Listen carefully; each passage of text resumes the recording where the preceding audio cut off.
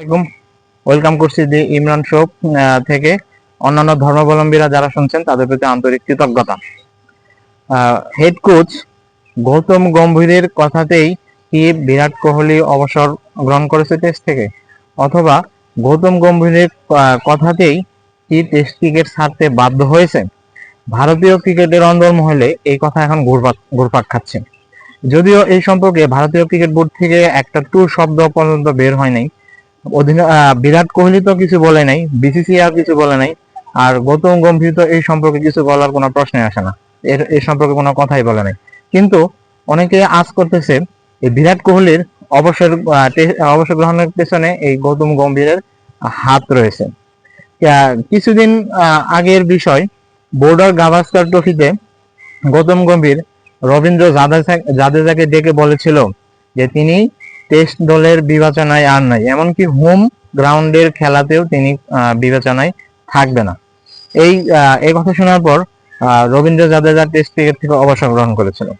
এরপর রোহিত শর্মাকে নিয়েও অনেক কানাঘষা হয়েছিল। রোহিত শর্মার অবসর গ্রহণ করার পেছনেও গৌতম গম্ভীরের হাত রয়েছে। রোহিত শর্মাকে বলা হয়েছিল তিনি যদি অবসর না নেন তাহলে তাকে তার ক্রিকেট থেকে বাদ দেওয়া হবে সামনের সিরিজ থেকে। যদিও রোহিত শর্মা এই অস্ট্রেলিয়া সফরে যাওয়ার সময় তিনি অনেক ফর্ম খারাপ ছিল, টেস্টে ভালো করতে পারতেছিল না, ঠিক মতো রান করতে পারতেছিল না। এই জন্য তিনি লাস্টের টেস্ট থেকে একাদশ থেকে নিজেই খেলেন নাই।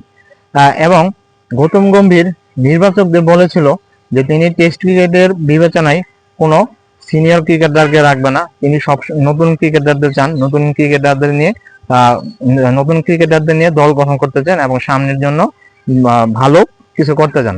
এই কথা শুনে রোহিত শর্মা বুঝে বাদ পড়ার আগেই টেস্ট থেকে অবসর গ্রহণ করেছিল। বিরাট কোহলি এগুলা আন্দাজ করতে পেরেই বাদ পড়ার আগেই তিনি এই টেস্ট থেকে অবসর গ্রহণ করলেন এবং পাল্টা তীর ছুড়ে দিলেন নির্বাচকদের কাছে এবং ক্রিকেট বোর্ডের কাছে। এটা নিয়ে বিরাট কোহলি, যদিও বিরাট কোহলি ভারতের এক সাবেক কোচ বিরাট কোহলির ব্যাপারে বলছিল, বিরাট কোহলি কিছুদিন আগেই ইংল্যান্ড সফরের জন্য প্রস্তুতি গ্রহণ করতেছিল। ইংল্যান্ডে, যেটা কিছুদিন পরে ইংল্যান্ডে যে ভারত 5 টেস্টের সিরিজ খেলবে, এর মধ্যে কি হয়ে গেল যে বিরাট কোহলি হুট করে টেস্ট থেকে অবসর গ্রহণ করে নিল, এবং এটা কেউ কল্পনা করতে পারেনি যে বিরাট কোহলি এত তাড়াতাড়ি টেস্ট থেকে অবসর গ্রহণ করে নেবে।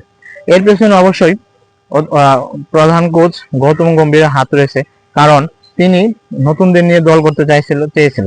একটা সময় ভারতের অধিনায়করাই ছিল ক্রিকেট বোর্ডের ক্রিকেট দলের সর্বপ্রধান বা থর হিসেবে কাজ করতেছিল।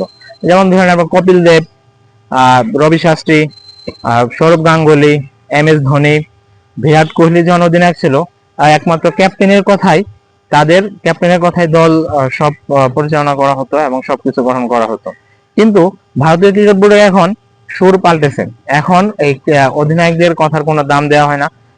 ইভেন এখন হচ্ছে ভারতীয় ক্রিকেট বোর্ডের থর হচ্ছে প্রধান কোচ গৌতম গম্ভীর, তার কথাতেই ভারতীয় ক্রিকেট দল পরিচালনা করা হচ্ছে এবং সবকিছু নিয়ন্ত্রণ করা হচ্ছে।